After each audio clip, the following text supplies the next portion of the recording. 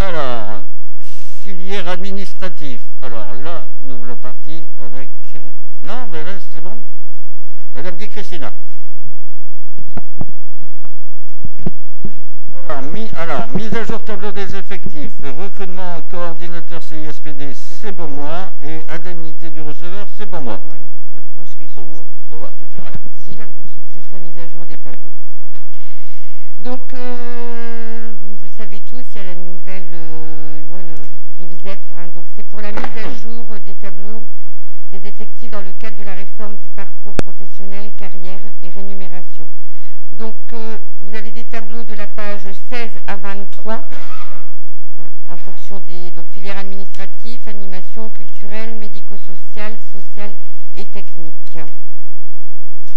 Donc, la réforme, depuis janvier 2017, est applicable à l'ensemble des agents territoriaux. Donc, vous aviez eu une explication complète par le service RH au dernier conseil. Bien. Il y a des... Ouais, vas-y, Franck. Non, mais je reviens sur une question qui doit dater maintenant de à peu près 3 conseils municipaux. C'est-à-dire qu'à un moment donné, monsieur le maire, vu l'évolution des effectifs, vu les déplacements, les mutations, les services, il y a 3 conseils municipaux où j'arrête pas de demander à avoir des documents, soit un trombinoscope du personnel. Trombinoscope, attends, sois être précis. Trombinoscope, c'est des photos. Organigramme, c'est des... L'organigramme du personnel. C'est pas de savoir aujourd'hui... Qui fait quoi? Bah oui, parce que j'ai posé la question la fois dernière à M. Sider concernant par exemple la cohésion sociale. Par définition, et ça c'est de ma faute. C'est de ma faute. Bah oui, vous m'avez promis. Oui, mais j'ai promis, mais je tiens pas parole, tu le sais pas.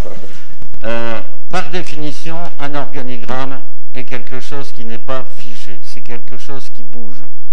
Qui bouge en fonction de quoi?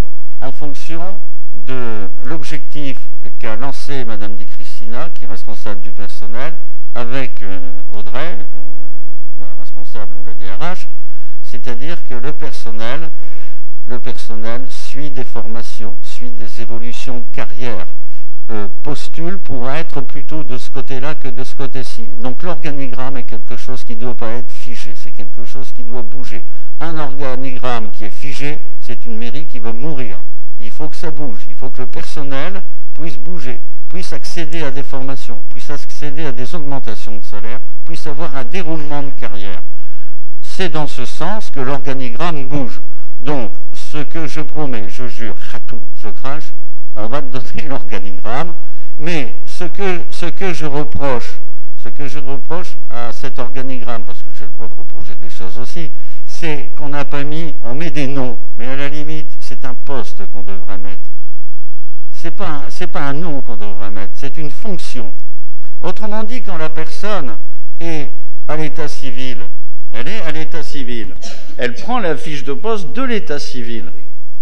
Lorsqu'elle est, je vais dire n'importe quoi, à l'accueil, elle prend la fiche de poste de ce qu'elle doit faire à l'accueil. Donc ce sont des fonctions et non pas des noms que l'on devrait mettre. D'accord? Alors, ce qu'il y a de bizarre, c'est que pour une fois, l'opposition, elle assiste au CTP. Et elle l'a. Au CTP. Alors, c'est ça que je comprends pas.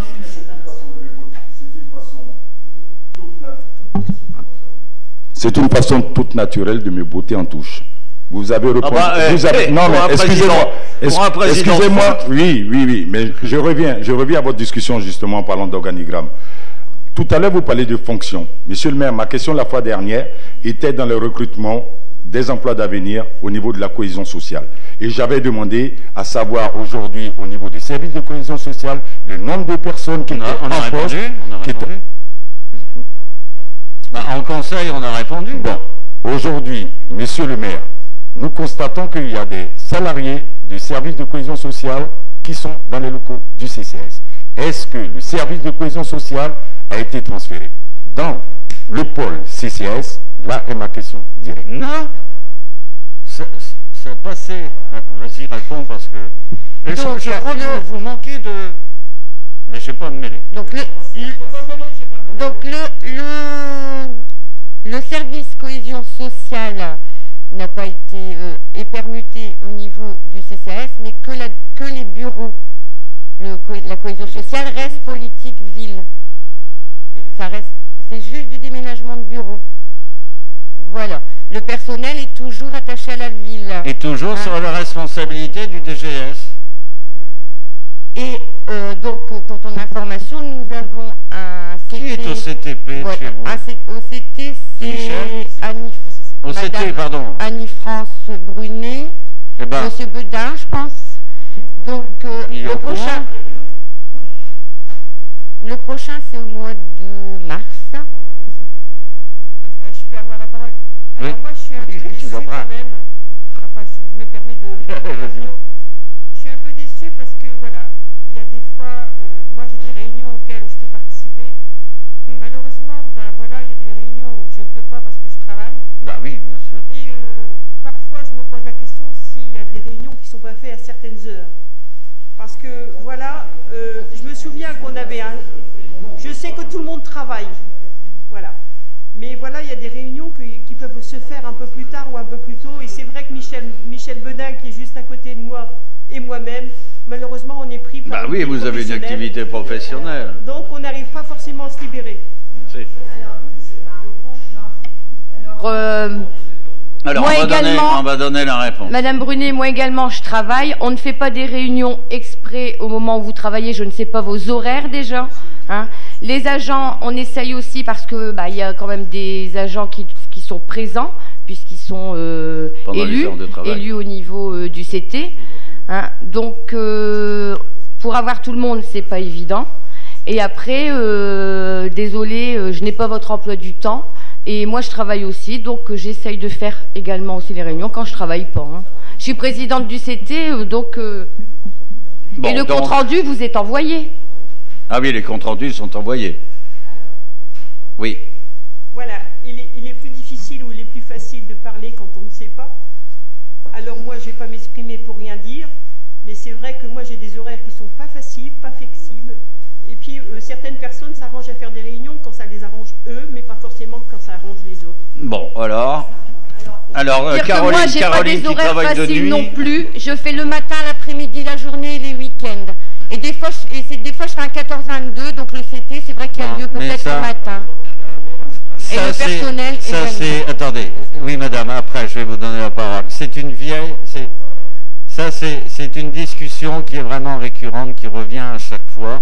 Donc, si j'ai bien compris, j'avais l'intention de faire comme mon ami Laurent de Gallet, c'est-à-dire faire les réunions de conseil à 17h.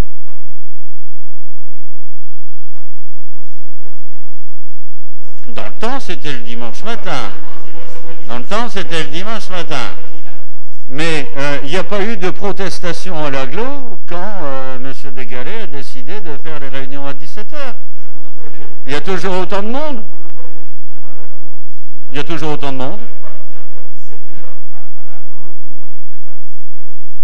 Bah, il y a quand même. Bah oui. Excuse-moi, je dis bien ton père, vous allez dire par rapport à sachant quand même que l'année dernière, Madame Fontaine est ici témoin. Sachant quand même Madame Fontaine est toujours présente.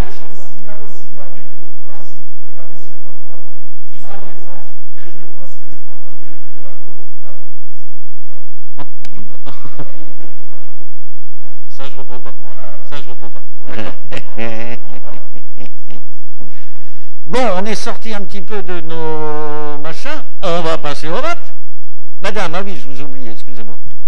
Donc, toujours est-il que nous n'avons pas eu le... Donc, j'ai demandé à Annie-France et à Michel, ils n'ont pas eu l'organigramme. Donc, ça a peut-être été donné, mais bref, ils ne l'ont pas eu. Donc, toujours est-il que nous ne l'avons pas.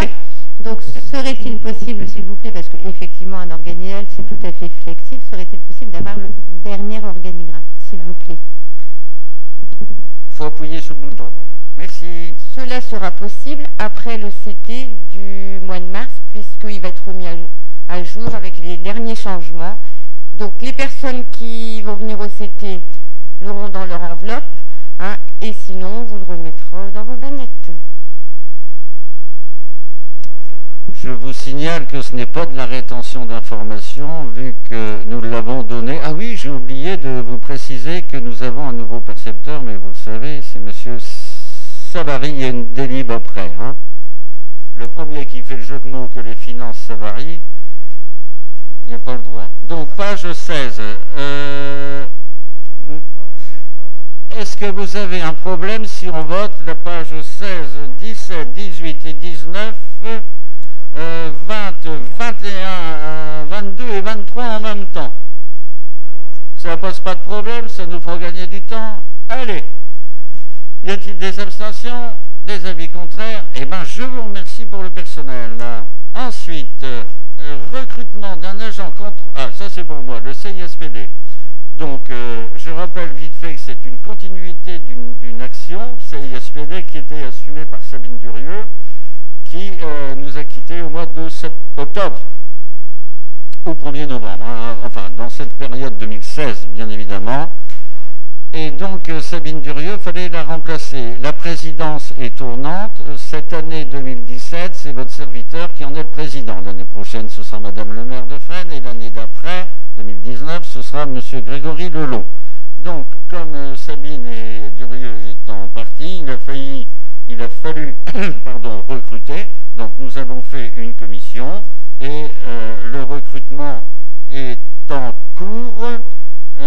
Ce recrutement de coordinateur, où est-ce que j'ai noté? J'ai perdu ma feuille, c'est pas grave. Il est en cours pour un contrat à durée déterminée d'1 an, renouvelable plusieurs fois jusqu'à une limite de 6 ans. Donc c'est la continuité du travail qui est effectué. Donc le nom et la personne qui sera retenue vous sera communiqué vraisemblablement, sûrement au prochain conseil.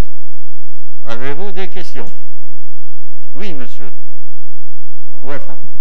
Non, moi j'ai pas de questions. C'est parce que je vois sur le compte rendu du conseil municipal du 15 décembre 2016, il y avait déjà une délib sur un recrutement. Oui, qui m'autorisait à lancer la consultation. Normal. Recrutement acte de candidature, c'est l'acte de candidature. Il faut publier un acte. Alors, pour votre information, merci de me poser la question. C'est la création du poste. Alors, il faut savoir qu'au niveau de l'hébergement, c'est la ville de Vieux-Condé. Au niveau du suivi administratif, c'est la ville de Vieux-Condé. En ce qui concerne la rémunération de cette personne, on prend son salaire chargé à l'année moins la subvention qu'aujourd'hui on ne connaît même pas. J'ai encore un inconnu. Et le reste à charge est divisé par 3, c'est-à-dire les 3 communes intéressées. Donc, on a fait un appel à candidature, on a eu 3 personnes, parce que c'est quand même un travail assez particulier et ça demande un bagage assez costaud. Sur ces 3 personnes, il y en a une qui a trouvé un emploi entre deux, tant mieux, et il y a 2 personnes qui se sont présentées, un homme et une femme, pour tout vous dire. Voilà. Donc on reviendra vers vous lorsque la concrétisation de l'emploi sera faite avec la personne. Avez-vous des questions à ce sujet? Il n'y a pas de questions, on va donc passer au vote. Y a-t-il des abstentions? Des avis contraires? Eh bien, je vous remercie pour la continuité du CISPD. Eh bien voilà, concours du receveur municipal, attribution d'indemnité. Je me souviens des séances de conseil où il y avait toujours des personnes qui votaient contre. Donc c'est M. Laurent Savary qui est nommé à la place de Valérie Criébus, qui nous a quittés, qui est parti non pas souffrante à l'hôpital, mais s'occuper de Valenciennes, le monstre qui est le CHU. Hein. Et c'est énorme pour elle, c'est une promotion qu'elle mérite, exceptionnelle. Donc c'est M. Laurent Savary qui est donc receveur municipal, et comme la tradition l'oblige, on va donc voter l'attribution de son indemnité. Cette indemnité n'est pas indiquée page 25 parce qu'elle correspond à la charge de travail qu'il va avoir, c'est-à-dire le nombre de mandats et le volume et son montant. Cette indemnité annuelle est de l'ordre de 4 000 €. Non, moins 1 863 €. On a multiplié. En 2016, compte tenu du volume, c'était 1 863,86 € brut. 2016. Avez-vous des questions à ce sujet? S'il n'y a pas de questions, c'est sûr le monologue, pas de questions? Y a-t-il des abstentions? Des avis contraires? Je n'ai pas dit le bébé de chaud, hein. Je vous remercie. Ensuite, tarification de la programmation culturelle. Monsieur Jean-François, secrétaire de séance. Oui, donc il s'agit de la tarification des 2 prochains événements de la programmation culturelle de la ville. Donc par contre, une erreur, c'est d'un copier-coller. Le tarif d'entrée pour les expositions et les salons, on l'avait fixé à 1 €. Donc il faut revoir pour l'exposition Star Wars. Ça fait passer au primaire, ça. 2 € d'un côté. Non, mais non, c'est pas ça. Donc il faut lire à la place de tarif proposé 1 € pour les enfants, 2 € pour les adultes, il faut lire 1 € pour tous. Voilà. C'est normal que ce soit l'adjoint aux écoles qui s'occupe des primaires. Ça c'est fait. Oui, c'est fait aussi. Voilà, donc ça c'est dans l'exposition Star Wars du 8 et 9 avril à la salle germinale de la Solitude. Donc là c'est 1 € pour 1 € pour tous. Voilà. Par contre le tarif proposé pour le spectacle jeune public, lui est bon. Merci. Avez-vous des questions? Pas de questions? Donc on peut passer à vote. Y a-t-il des abstentions? Des abstentions, des abstentions, abstentions. J'aurais juste une question. Juste pourquoi? Parce que c'est quand même à destination des enfants vieux condéens. Juste le pourquoi de... C'est juste une question parce que, bon, encore j'ai discuté avec Monsieur Mix par rapport à... C'est pas commercial, hein? À la première, à l'exposition qui va arriver là, mais voilà. Là ici, il n'y a pas de vente, il n'y a rien du tout, c'est juste une exposition et un spectacle jeune public à destination des vieux condéens. Donc c'est vrai que j'aurais juste besoin d'éclaircissement. Nous n'avons aucun élément sur les spectacles proposés. Si.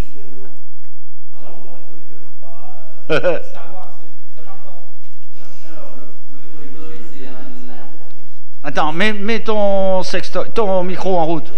Pardon. Non, ça c'est... donc le spectacle de Toy Toy en lui-même, c'est un spectacle musical à destination des enfants de 3 à 10 ans. Alors, juste pour expliquer le tarif, étant donné que la jauge est limitée à l'école de musique, à l'auditorium, pour l'instant on est limité à une jauge de moins de 100 personnes, et étant donné que justement le spectacle est réservé principalement aux enfants de 3 à 10 ans, on met une priorisation au niveau du tarif, 1 € pour les enfants de moins de 10 ans et 2 € pour les enfants de plus de 11 ans. Donc les plus de 11 ans, pour essayer de limiter le nombre d'adultes par rapport au nombre d'enfants. Bon. Voilà. Bien, on repasse pas au vote. Donc abstention pour le groupe ainsi que pour Julia. Et ensuite, tout le monde est favorable. Eh bien, merci, JF. C'est comme ça? Merci. Ensuite, hein, c'est pas le CAPEP. Franck, s'il te plaît.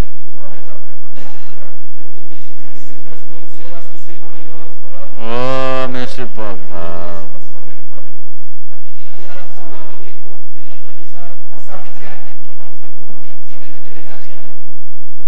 Bon, ce n'est... Non, mais on s'en aperçoit depuis tout à l'heure. Hein. Bon, alors là, Franck, pour information, ça ne concerne pas le CAPEP. C'est le désherbage, mais de la bibliothèque. C'est pas les espaces verts. C'est la médiathèque, pardon, excuse-moi, mais je suis un vieux, je suis tout le temps centre-aéré, hein, bon. Alors, donc ces documents, abîmés ou obsolètes, à dégager, et tout ce qui est potable sera mis dans le circuit. C'est une opération classique. Avez-vous des questions? Il n'y a pas de questions, donc on passe au vote. Y a-t-il des abstentions, des avis contraires? Je vous remercie. On en arrive. Action à fruits pour la récré. En réalité, ce que vous avez sur la table, c'est une, comment dire, une modification au niveau des différentes participations. On a quelqu'un qui va le dire à ma place, qui me l'a dit tout à l'heure, qui sait bien parler. C'est tellement compliqué. Moi, je pense que c'est quelqu'un qui travaille à l'Europe qui a sorti ce machin. J'ai pas besoin de comment. Il y avait eu une délibération l'année dernière pour cette action durant l'année 2016. Cette année, la délibération a pour but de terminer l'action durant l'année scolaire, donc du 1er janvier jusqu'au mois de juillet 2017, sachant que le mode de financement de cette action a changé. Maintenant, il s'agit de 76% d'un montant forfaitaire prévu par type de produit, donc de fruits achetés. C'est-à-dire qu'il y a un plafond déterminé pour chaque produit, un prix au kilo. Et si le prix que l'on paye au kilo est supérieur, eh bien tant pis. Et donc on a 76% de ce plafond. Voilà, et ça c'est pour cette année scolaire 2016-2017. On ne connaît pas encore quelles seront les tarifications pour l'année scolaire suivante. Donc la délibération s'arrête pour l'année scolaire, donc au mois de juillet 2017. Voilà.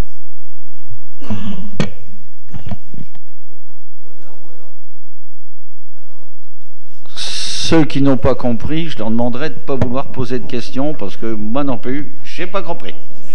Ça a le mérite d'être clair. Voilà. Donc, les enfants ne sont pas prêts de manger des ananas ou des choses comme ça, parce que ça va être très compliqué. Bien. Donc, malgré toutes ces contraintes, voilà.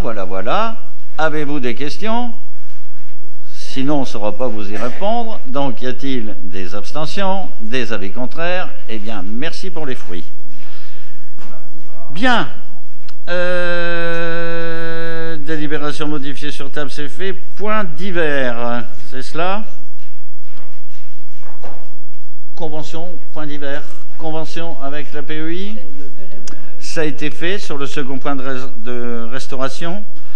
Information quant à la nomination d'un conseiller municipal délégué. Effectivement, nous avions une possibilité d'avoir 6 délégués, conseillers municipaux délégués nommés.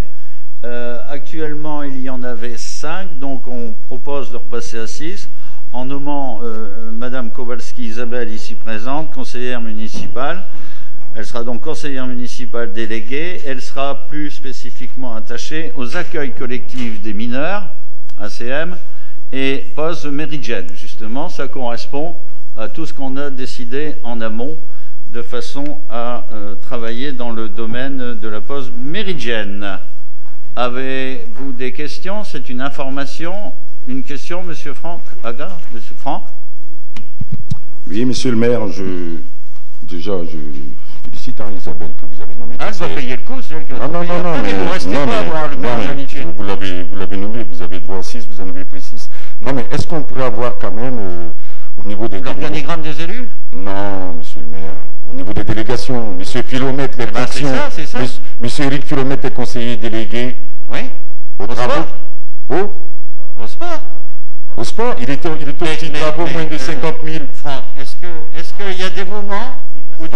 Non mais, je vois donc que il est au sport. Bien souvent tu discutes avec Serge. Vous discutez à deux, c'est normal, il y a un certain amour. Ça faisait longtemps qu'on ne s'était pas vu, comme on ne concerte pas. Mais c'est pour ça que vous ne concertez pas. Mais il y a quand même un certain amour entre vous. Ce que je voudrais vous dire, c'est que c'est passé au conseil municipal. Attends. Le conseiller... Non, mais le mot, attends, on verra ça à la Saint-Valentin, le 14. Il faut savoir qu'au conseil municipal, il me semble que ça a été dit, redit et ratadi, que c'est M. Maximovitch, dit Max, dit Tadé, on ne sait plus comment il s'appelle, qui est conseiller municipal délégué aux travaux jusqu'à hauteur de 50 000 €. Mais oui. C'est vieux comme mes robes, qu'on vient de discuter juste avant.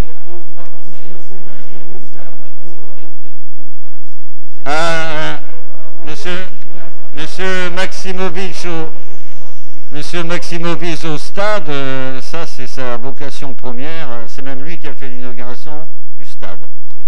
Passons, il y a une communication aussi sur des décisions prises sur table, parce qu'il y en a très peu, donc celle-ci a été faite tout à l'heure. Donc liste restauration, puis animation des vœux 2017, c'est l'orchestre, et ensuite sonorisation et comme d'habitude Epsilon.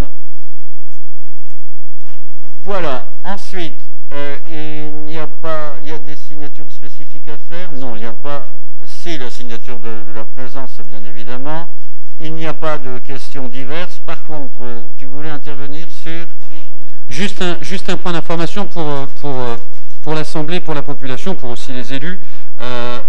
On a, au niveau de Valenciennes Métropole, fait enfin l'image thermographique de notre territoire, enfin des 35 communes. Et donc, je vous donne la date, le samedi 18 février, ici, en mairie de Vieux-Condé, à 9h30, on aura un retour sur les photographies aériennes de nos habitations.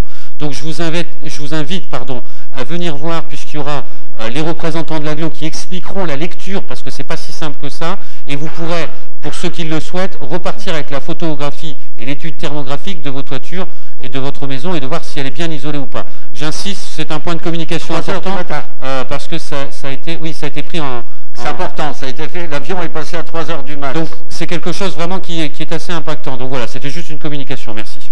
Bien, je voulais vous remercier du débat qui a été, à mon avis, moi je le considère riche autour de ça. Et je voudrais vous souhaiter de bonnes fêtes de Saint-Valentin, n'oubliez pas, pour vous mesdames et vous messieurs. Et à bientôt au mois de mars, vraisemblablement, dès qu'on aura la notification de nos recettes pour le prochain conseil. Merci, n'oubliez pas samedi, dimanche.